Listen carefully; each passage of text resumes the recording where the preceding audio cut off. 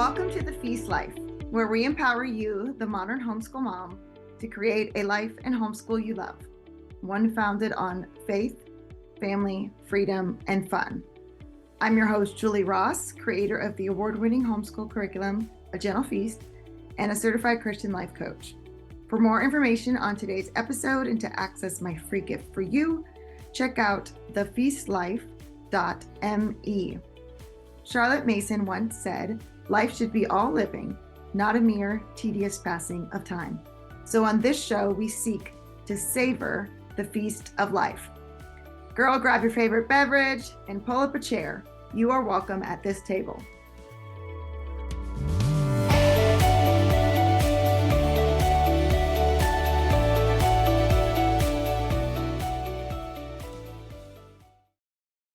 Okay, so what we've been talking about the past couple days is this gentle path, this different approach to education. So it is different than our traditional modern school systems. And Charlotte Mason paved the way for this different style of education, one that honors a child and respects them and values them as a person, and one that provides the nourishment that their minds actually do need to grow, which are ideas and beauty and truth, rather than trying to just stuff them with a bunch of information. So we talked about that the past couple of days. And so today we're going to be so first we talked about what is the gentle path, right? How is it different?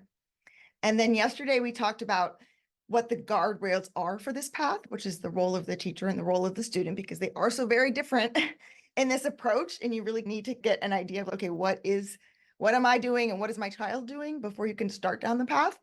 And today we're going to be talking about two things. The first is clearing the debris, making the actual path, and we do that through our habits. And then how we can fertilize and keep this path and this beautiful way of educating, growing in the lives of our children. So first, let's start off with clearing the debris, which is the power of habits. So think of it this way. If you're going to make a path in the woods, you have to clear out all the thorns, the bushes, sticks, all the things that are in the way of that path. And it's the same thing in our homeschool. So the way that we do that, Charlotte Mason says, is through the power of habit. So just like clearing a path in the forest is really hard at first, and you're sweaty and it's a lot of work, once you get that path going, it becomes easier then to keep going down that path, right? Now that the path is clear, it's smooth and easy. And Charlotte Mason says that's what habits allow us to do in our homeschool. She talks a lot about habits if you read her writings. She says 1/3 of the tools that we have for education are the habits that we're instilling in our home. And so much has been written in modern times, like in our past 10 years, about habits and the power it is to achieve the results that like adults want in their life. And I just laugh when I see people like talking about this, like it's a new concept. I'm like, okay, Charlotte Mason was talking about this like 100 years ago, just because she saw how valuable it is. So the things that you do repeatedly become habitual. The thoughts that you think repeatedly become habitual thoughts, and then the actions that you take on a regular basis become your habitual behaviors. Charlotte Mason said that it's those habits that shape a character. A character shapes a destiny. So the person that your child becomes is based on these habits. Now, in the traditional path, there is no focus on habits. Never in all my years of teacher training or being a public school teacher did anyone ever say, what kind of habits are you instilling in your classroom? Obviously, I wanted the children to learn like how to line up, how to raise your hand if you have something you'd like to say, right? How you put your stuff away when you come into the classroom in the morning and those kind of things. But there is so much more to habits than that. And so oftentimes when we think of habits, people think of like order and neatness and making everything has its place. And those are very important things to work on with your kids. But Charlotte Mason didn't stop there because it's those deeper habits that are going to shape a person. Now, we all love some order, right? And making sure our kids put their stuff away. And in one of her volumes, she gives an example of teaching Johnny how to shut the door before he goes outside, right? Those are all really great habits. But I love that she doesn't stop there. And she really does look at the whole child as a person. So she wants them to develop good mental habits of attention, habits of imagination, good physical habits, like how are they taking care of their body, right? Are they exercising? Are they getting a lot of time outdoors to play and grow their physical bodies as well? Their spiritual bodies, right? How are they growing in that respect too? So habits encompass a whole person, not just one part, not just academics, and neatness and order, but the whole child as well. And so I wanted to start off with that because I think even in those of you who have been in a Charlotte Mason world for a while, we can get really focused on just kind of these simple practical habits, and we don't realize all the habits that we're building in our children on a regular basis. So on the traditional path, we're just focused on the results. Like, are you able to pass this test? Does your paper show that you demonstrate understanding of XYZ concept? We're not focused on the character that is being built by the things that we are repeatedly doing and the habits that we are repeatedly making. And oftentimes that is a detriment to a student who is part of that traditional path. So you can't see it here. The font's really little, but I'm going to read you a quote from this book. And again, I will put this in the email with my Amazon store that has links to all these books, so you don't need to stress about writing them all down. But The Self-Driven Child is the name of this book that I'm going to read from here. And he talks a lot about traditional schooling and what it's doing to teens, especially today. But in this book, he says, research over the last 4 decades has repeatedly demonstrated that incentives like sticker charts, consequences, and other forms of parental monitoring that are laid on children actually undermine internal motivation. What we're trying to do is to help kids to motivate themselves and to realize that they have something important to offer the world. We want to help them learn to run their own lives and seek to make them meaningful. The damage isn't done immediately, it happens over time.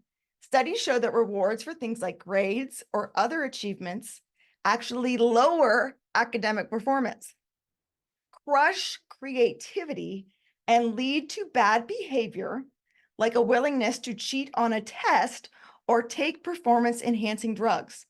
Significantly, these external motivators can reinforce the idea that someone other than the child is responsible for his life. Rewards can erode self-generated interest and lead to interest only in the reward itself. So then they're not interested in reading or creating something beautiful for the sake of learning and the sake that the joy that comes with that knowledge. They eventually become conditioned where the only thing that they care about is the actual reward itself. What's more, our clever brains see through external motivators. We'll devise ways to get the reward without actually doing the job or the assignment. This is why kids can get A's in courses they can hardly remember after a few months. And so what they're saying here is that just by focusing on these results and on these achievements, we're actually instilling bad habits so that kids don't actually want to learn for learning's sake. They want to learn only for the reward. The reward is the only thing they care about getting. And because that's all they care about getting, they'll go to any way to do it.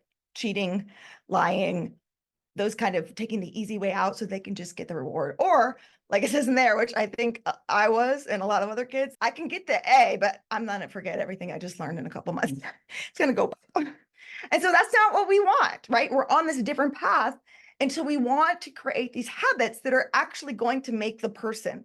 This is what the result is, the person they become as a result of being in our homeschool. Charlotte Mason said, okay, so when you see like volume 1, volume whatever, that's all Charlotte Mason. So Charlotte Mason wrote 6 volumes of educational philosophy. So I just made it real simple there and quoted the volume, just in case anyone's wondering what that means. So she said, every day, every hour, the parents are either passively or actively forming those habits in their children upon which, more than anything else, future character and conduct depend. So habits are being formed in our children, and I would say in ourselves, either passively or actively. So we are either forming the habits that we want in those good habits, or human nature will take itself and we'll probably be having and reinforcing habits we don't actually want in our lives, okay? Does anyone else feel like this quote is really weighty? Like, what? Every day, every hour, I'm working on these habits? Oh my goodness, what am I gonna do? I can't do this. And so when I first read it, it was like, like all this anxiety. And I'm like, okay, I don't think this is what it's supposed to be. I don't think this is what Charlotte Mason is saying. It is a very weighty task that our children's character and conduct is built by the habits that we are either passively or actively forming. But I would just like to encourage you all here that this is not a system. So remember, that's the traditional path. You put input in, you all get the same output. All the students should be exactly the same at the end. I do believe that Charlotte Mason and this style of learning is the best way for children to learn. It has radically changed me as a person. It has radically changed my family. And as you've heard from the stories of people this week that have been sharing, it's radically changed their families. But it's not a guarantee. It's not I do all these things and my child will turn out exactly as I want them to. And this will be the perfect, wonderful, most amazing human being because I did XYZ. And I see that a lot now that I'm like older and I've had kids and I talk to other homeschool parents who have graduated children and they're like, oh my gosh, I can't believe my child's doing XYZ because I did all these things and I read them all the books and we did all the hymns and we went on the nature walks and now they're choosing to do XYZ and I failed. And I'm like, no, you did what you were supposed to do, right? You were cultivating faithfulness, right? But your child's still a human. They still have free will, right? They can still make their own choices. And I've also seen so many children eventually come back to what they know and what they've learned and all those little seeds and things that were inside of them. They're not for waste, right? And we don't know the plan and journey our God has for our kids. So anyway, I just want to like put that all out there because it's not if I follow the Charlotte Mason philosophy to the T, I'm going to guarantee a perfect adult child. So we're all still human here. So take a deep breath. It's when I talk about habits, I feel like it's very nuanced and there's this really fine line that you have to walk and find for yourself here. Okay. So we're called to be working with our children alongside of them, not against them, to help them instill these habits of good. Charlotte Mason calls them the habits of the good life, which I just love. Because we do want that good life for them, right? But ultimately, habit training is not about control, coercion, pushing, pulling, making a lump of clay in our image. That's the traditional system. So I think with academics, we can see the difference in the Charlotte Mason philosophy. But when it comes to like habits and character, we're like, oh no, I got to still be the one to be all responsible and make sure this all happens. So I just want to make sure that I clarified that. So if this sounds overwhelming, I do want to read another quote from Charlotte Mason, which may help you breathe a little easier. It helped me anyway. If I can get my little bookmark to work. I shouldn't have used these little bookmarks. I use little bookmarks today and they are not good. Okay. She says, the mother devotes herself to the formation of one habit at a time, doing no more than keep watch over those already formed. If she's appalled by the thought of overmuch labor, let her limit the number of good habits she will lay out for herself to form. The mother who takes pains to endow her children with good habits secures for herself smooth and easy days, while she who lets their habits take care of themselves has a weary life of endless friction with the children. All day she's crying out, do this, and they do it not. Don't do that, and they do it. But you say if habit is so powerful, whether to hinder or help the child, it is fatiguing to think of all the habits a mother must attend to. Is the mother never to be at ease? And that's the thing. We don't want to feel like we're constantly stressed and we're micromanaging our children. And, oh my gosh, you did that wrong. And now you're going to have this bad habit for life. Take a deep breath. Most of the habits your children are going to learn instinctively through what you're doing in your home and the atmosphere, right? It becomes a part of them, like we talked about yesterday.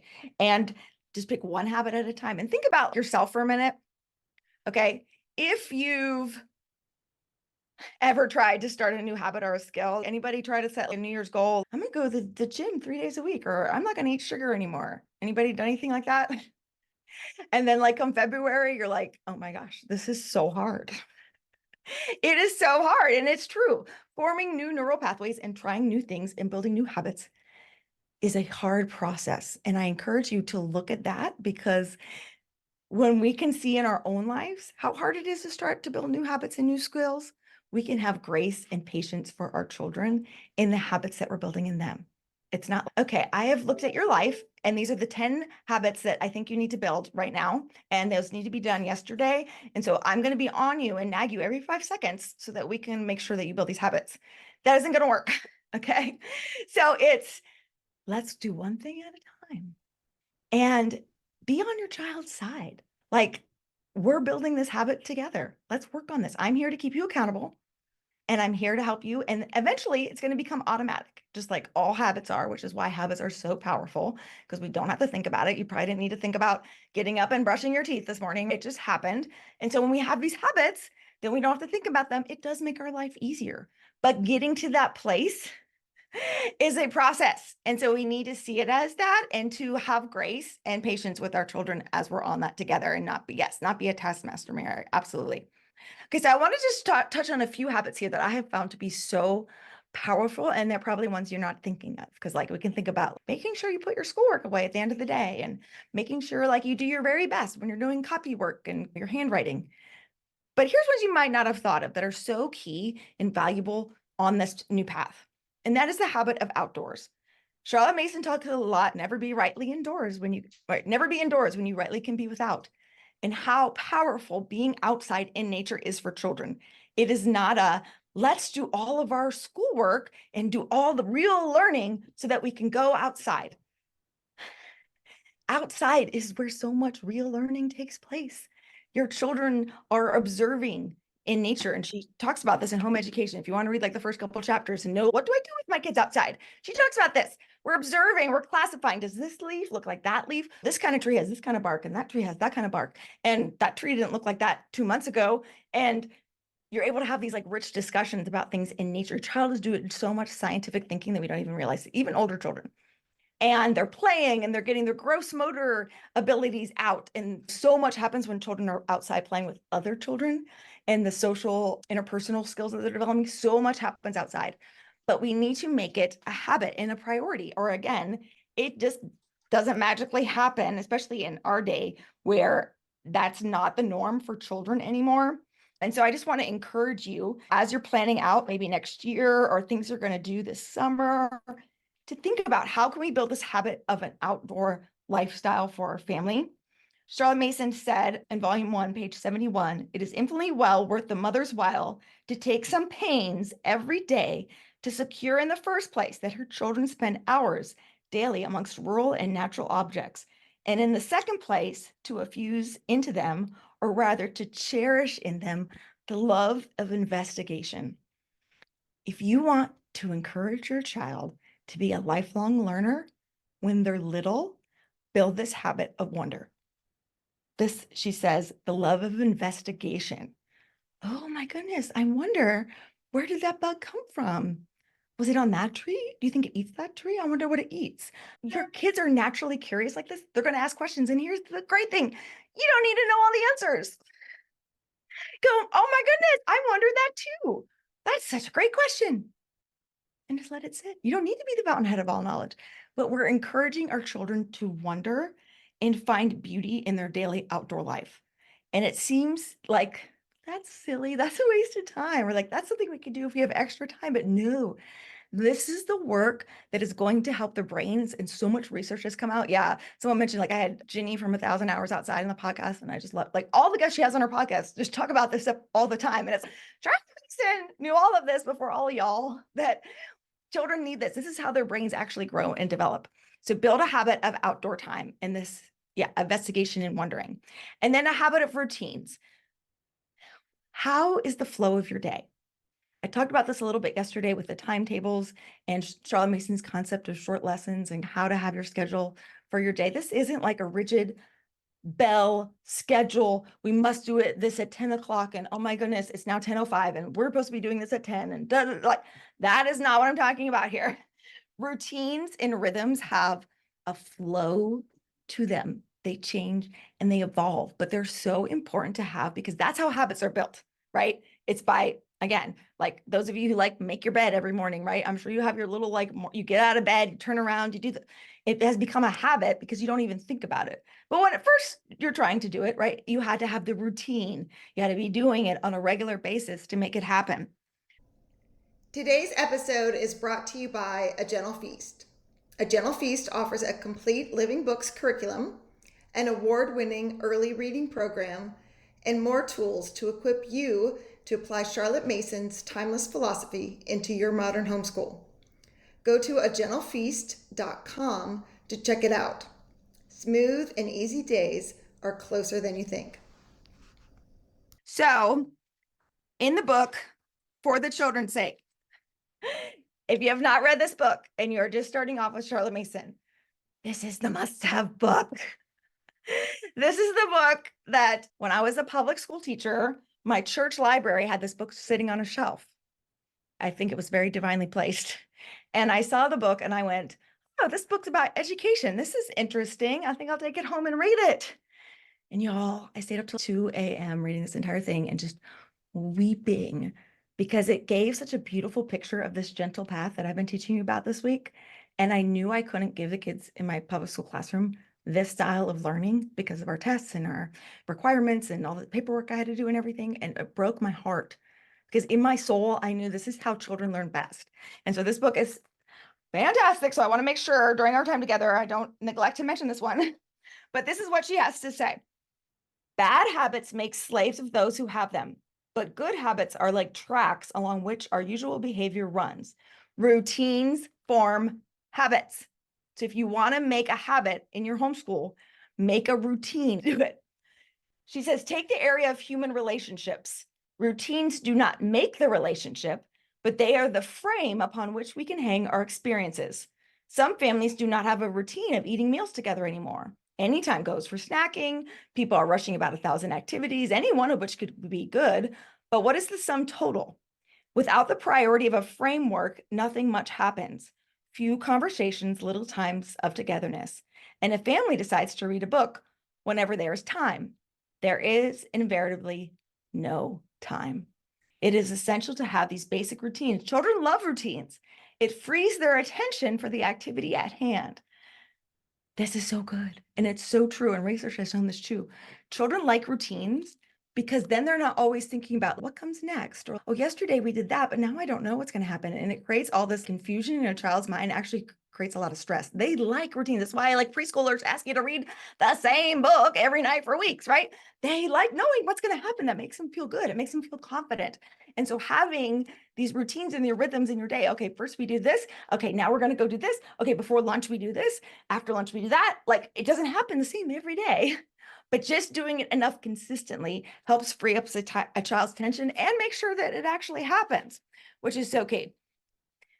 All right, the next habit is the habit of solitude. And I talked a little bit about this the other day, how our children need time of solitude. So this is from the Parents Review, the magazine that Charlotte Mason edited. The author is E. Parrish, and the article is called Imagination as a Powerful Factor in a Balanced Mind. All right, and this is what he says. Children need two things, solitude and independence. Children must have these.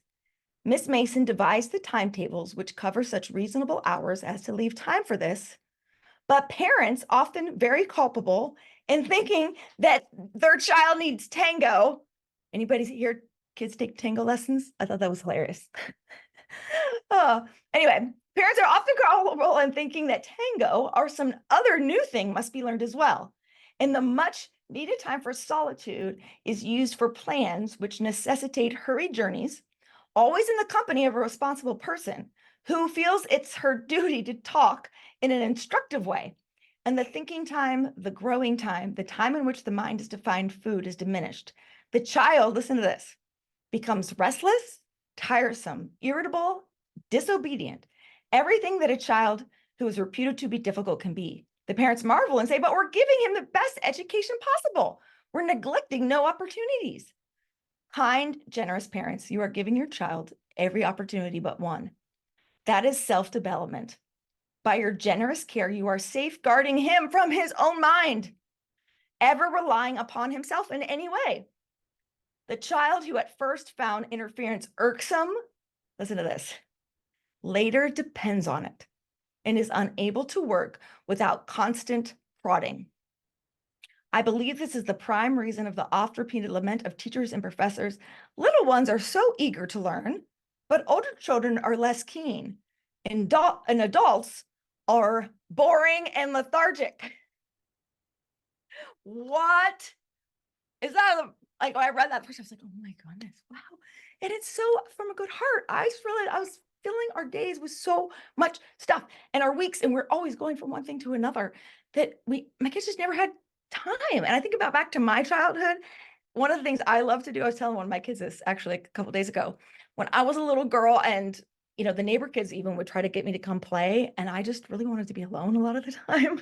And we had a little garden in the backyard with a bench, and I would just sit on it and I would write songs and I would write poetry and I would read books for hours, hours, right? And I had that like slow growing time to myself. Now going off and playing with my friends would have been a great thing to do too. That's just my personality there. But um allowing your child to not be so overscheduled is so important because their brains need this solitude and independence. So you're not always on top of them for everything, giving them some independence to do the work, to let these ideas soak into their minds. And it's really, truly amazing what happens when we give children that freedom there. Okay, so what is the most important habit? There's a lot of really important ones, but this is what I think is the most important habit. I think the most important habit is love. How are we building love into our days for our kids and for each other in our families? Because ultimately, this is what is most important.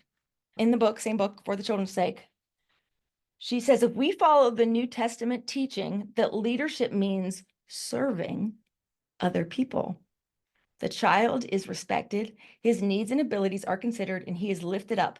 We are to lead with love.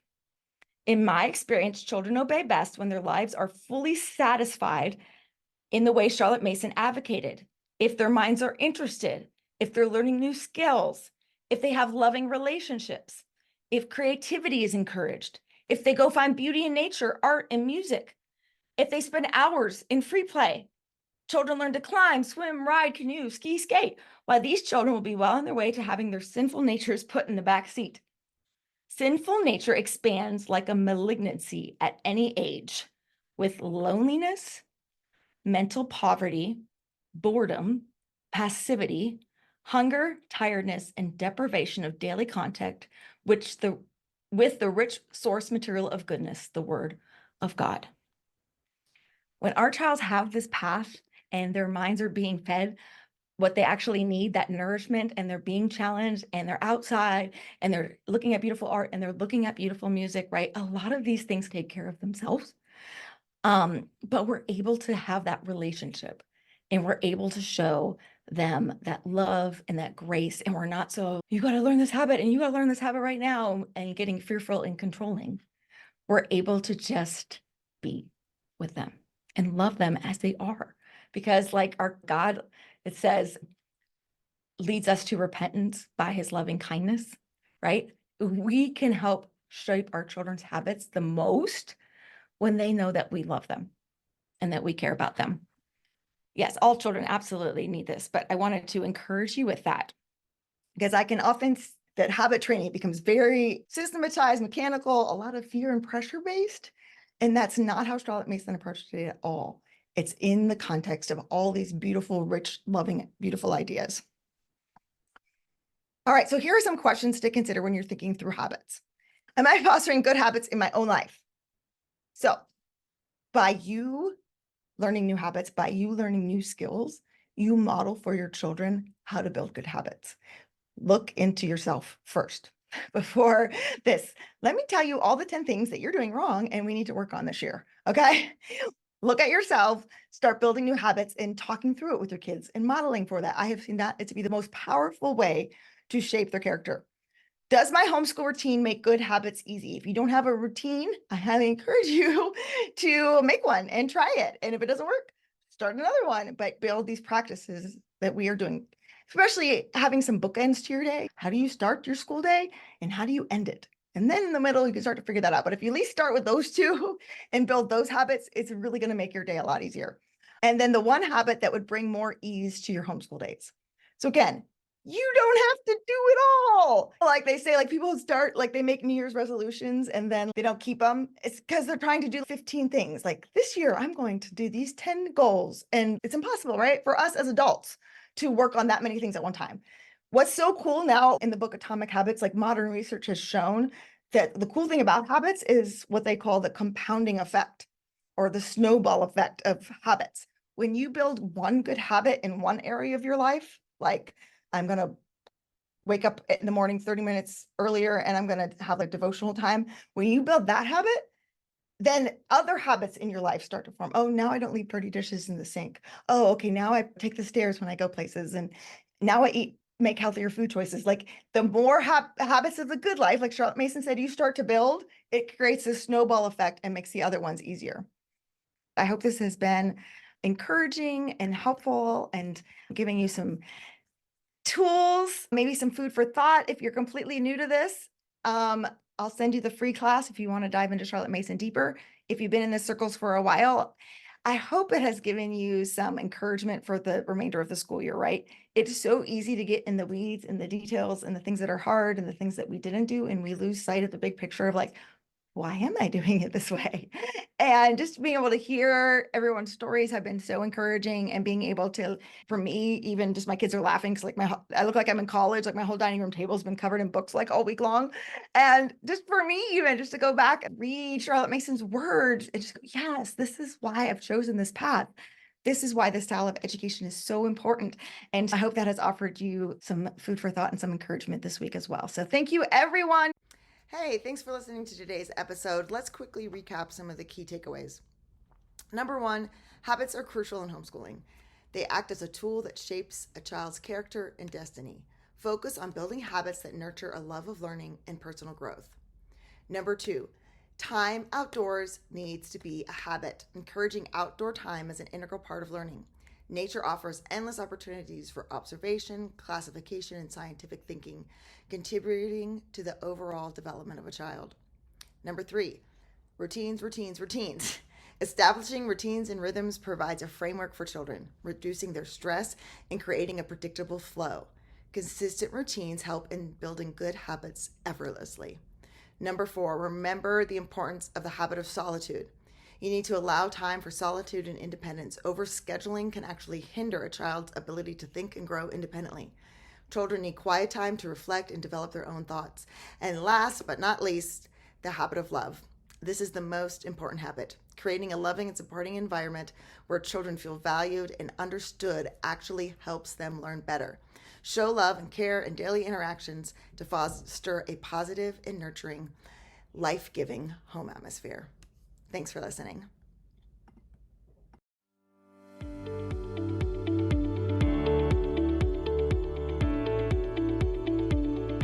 Hey there, Julie Ross here. I just wanted to say thank you for listening to today's episode. If you like this show, it would mean the world to me if you would leave a positive review in iTunes. This really does help people learn about the podcast. And each month I will pick a winner to receive a free gift. Don't forget to check out all the free resources we created for you at thefeastlife.me. Thank you.